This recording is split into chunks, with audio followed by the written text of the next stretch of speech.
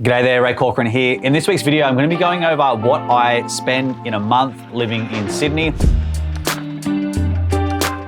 I saw some video online by some lady who did a video about what she spends in a month as a banker living in London. And recently I've been going over my expenses line by line just to see where my money is going and seeing if there's any opportunities for improvement. And of course, cost of living is a massive topic right now. Everything seems to be expensive, even just breathing feels like it's expensive. So in this video, I want to go line by line over where I'm spending my money and sort of in what ratio. Maybe you find it interesting, maybe you won't. And to be clear, nobody asked me to do this video. However, I thought it might be interesting for people to see how other people are spending within Sydney. It's a very, very expensive place to live for the most part. So I just wanted to share, I guess, how I'm spending my money and some of my thoughts around how I'm going to look at reducing my expenses as well. So what I'll do is I'll go over my expenses from smallest to largest. So first up, we have the gym. So I actually spent $0 on this. I actually have a home gym set up, and maybe you can already tell by my physique. Obviously, I'm in peak physical shape. So overall, I'm not really a fan of traditional gyms. For me, I like running and I like doing some basic body weight stuff. So for me to go to a gym where there's heavy weights and stuff, it's not really necessary for me. I also don't like how much time I have to spend traveling to the gym and traveling back and all that sort of stuff. Having a basic home gym works for me. I don't want to get particularly massive, as you maybe can tell. And the focus for me is mainly on body weight stuff. So I've got a pull-up bar at home. I've got some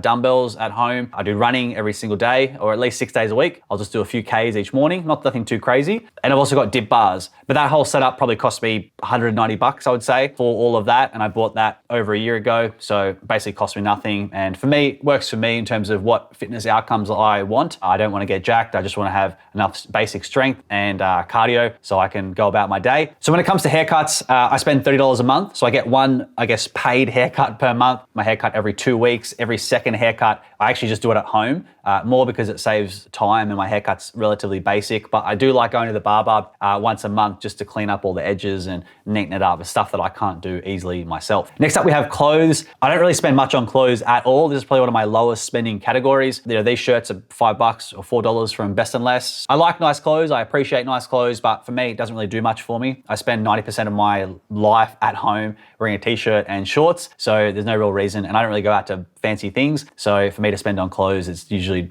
relatively small. It's usually just like boxes and socks and that sort of stuff. In terms of social life, I don't really have a huge social life. This is probably one of the areas where I deliberately spend quite low on, probably about $100, maybe $130 a month when you add it up. I can quite regularly have a whole month where I don't do much at all. But that's probably more to do with my life stage as well. I'm in a stage where I'm really, really enjoying my work and I want to work 24/7, and any other time I want to spend with my family and that sort of stuff. So, and I've done, all the drinking and getting pissed and all that sort of stuff so much in my 20s. I did a lot of traveling in my 20s, especially my early 20s. A lot of that stuff with the social life, I have kind of, I'm not really doing heaps of that stuff week to week. And, I only have a small number of people that I really catch up with on a semi-regular basis. And we've all got kids and stuff these days. So anyone in their mid-30s and beyond can probably understand why people don't catch up as much as they do. But yeah, don't spend a lot with social life. Next up, kids swimming lessons. This is about $100 a month. So it's about $25 a week, roughly. Yeah, this is something that has to happen and he has to learn how to swim. And it's quite fun going and seeing him learn and develop in that regard. And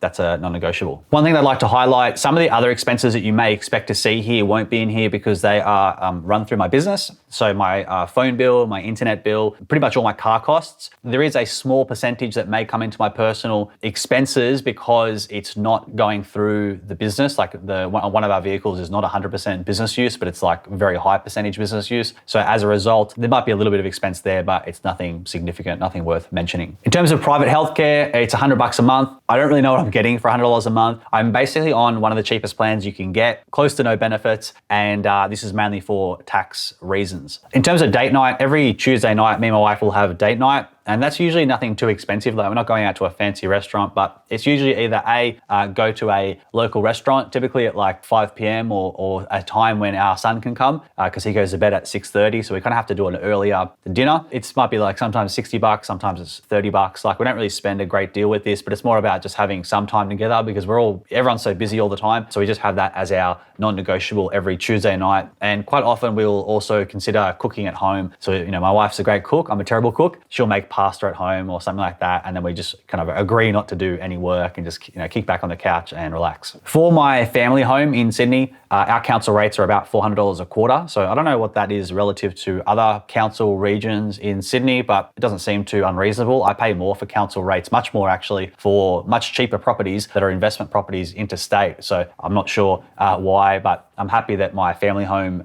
council rates aren't too unreasonable. In terms of house insurance, that works out to be about $2,000 a year, so about $166 per month. This is something that you kind of, insurance, you kind of got to get it, but I reluctantly do get it. But one of these days, I'll probably be happy that I do have house insurance, but paying that bill every year just pisses me off. In terms of house maintenance, this one is probably a bit more of a negotiable one. I probably could dial this down if I wanted to, but it's nothing crazy. But I pay $150 per month for mowing, so it's $75 twice a month for mowing. This is one of those things that it saves me time. I'm terrible at that sort of stuff. I would be much slower at it. I'd have to buy all the gear as well, and I'm not particularly passionate about it. I like the end product of a nice lawn. Other than that, I couldn't care less. So it's nice to have someone that does it. Ever since we moved into our place about a year ago, I've been considering whether I get a mower and all this sort of stuff, but I kind of just realized there's no point. I'd rather just pay someone that does it every day. They'll do a better job than me, and I get to enjoy a lawn, because when your lawn's in order, your life is in order. Following on from that, we have, I guess, random house maintenance stuff. So this kind of is very lumpy. Sometimes it's nothing in a month, but I would say it averages out at about $150 per month. Of course, you might have some stuff, and I've only had the house we're in now for about a year, so this is kind of so far roughly what we're spending, but maybe this could balloon out if something else,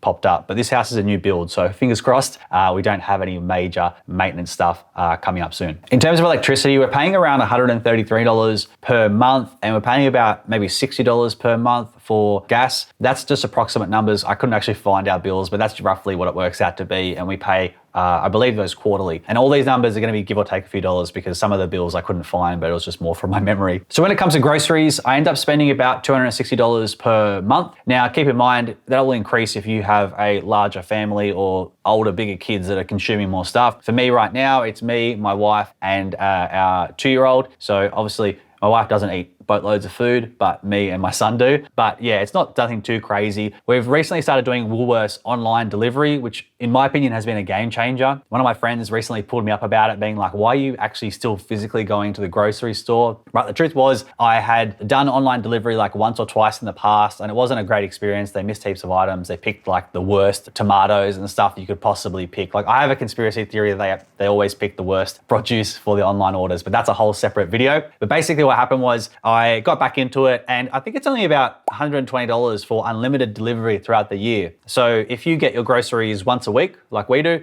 52 times, it ends up being about $2 per delivery fee for the whole year, and even less if you get more deliveries. I think you have to spend over $50 or something per order, which most people would do for their weekly shop. The time saving and the money saving is phenomenal, and they do get the odd order wrong or whatever, but it's just not worth wasting my time worrying about it. I've kind of just, as a frugal person, I've kind of just let it go, and it is what it is. If it's any big item, I'll contact them and just say, hey, refund it. But other than that, I just let it go. I'm not going to get too caught up in small things that don't really matter. So the other side of the equation when it comes to food is my muscle chef. So I get meal delivery. I get I think it's about $140 twice a month, so about $280 a month for, I think it was about $10 a meal or something like that. And for me, again, the theme is always around time saving. I can't cook. I'm not really interested in cooking. I like eating. So my Muscle Chef is a great alternative. I've got a discount code as well if you want to do that, #influencer. But, I've been using them for a few years now, and yeah, I just like it. The food's quite good for what you get. It's not, blow your socks off amazing. It's just quite good, and it's quite cheap. So, I think it's a fair exchange of value for what I get. So the final big expense that I have every month is the largest one, and that is my home loan repayment. So our family home, we bought it a year ago, and the repayment is $12,679 per month. So every 30 days, I've got to come up with 13 grand to pay for the home loan repayment. Definitely not complaining one bit. Me and my wife, we deliberately chose to buy this house. We wanted to buy a house that we could grow into as well. We've got one kid that's 2 years old and another one on the way. So we wanted to buy our family home. We've been in apartments for a very, very long time, and we've been rent investing prior. So we have investment properties as well, which I'll mention in a sec. So the lifestyle improvement has been significant and totally worth it, in my opinion. If I had my time again, I would still have bought the house, even if I knew the rates were going to keep going up, 10 times in, 11 months. And for me, the the happiness that it brings, the comfort that it brings is, you know, fully worth having that repayment. And, you know, we're lucky in the sense that my wife has a great income, I have a great income, and we do both work a lot. But for me, I would rather do that 10 times out of 10 than live in, you know, a much worse house on a much lower income. I'd rather just basically go for it and make as much as I can and grow my business as much as I can, rather than me just maybe kicking back and that sort of thing. And for me, I honestly find that it motivates me a lot more than if I had, I don't know, $5 worth of expenses per month. So that all comes to a grand total of $16,968 per month. And it sounds like a whopper when you see it like that, but it's really just a large house repayment and a few little bits and bobs. When I look at my expenses, and to be fair, the home loan is principal and interest paid off. So that's like, I think it's about 3,000 of that roughly goes to actually paying the house off. So I'm not losing that money, but definitely for me financially is a priority to reduce that home loan repayment, which I'll do through extra repayments or just extra money in the offset. And I'm very, very confident we'll be able to like obliterate that very, very soon. I want to get that from about the 12 and a half-ish it is now to about 9 or 8,000 a month. Anything from there, you kind of, in my opinion, home and hosed, and that becomes significantly like smaller. But if it got up to like 15,000 a month, you know, obviously it just becomes annoying because then I have to make $1 bajillion per year to pay for that. And one other thing that I wanted to mention is we do have investment properties. I didn't include the expenses related to that because all the properties are cash flow positive and they pay for themselves completely. There is stuff like rates and repairs and all that sort of stuff, but it's all kind of paid for itself. And I have a business that's all kind of also paying for itself as well. So I didn't include any of that. This was just the main stuff that I have to pay, I guess, out of my personal accounts every single month. So let me know your thoughts below. Were you surprised or shocked to see the split of expenses with some things higher or lower than you expected? How does it compare to your own expenses? Have you found that your own cost of living has gone up? What is the different ratio that, you know, do you spend way more on certain things that I don't spend on and vice versa? I would love to hear in the comments. And yeah, I'll see you on the next video.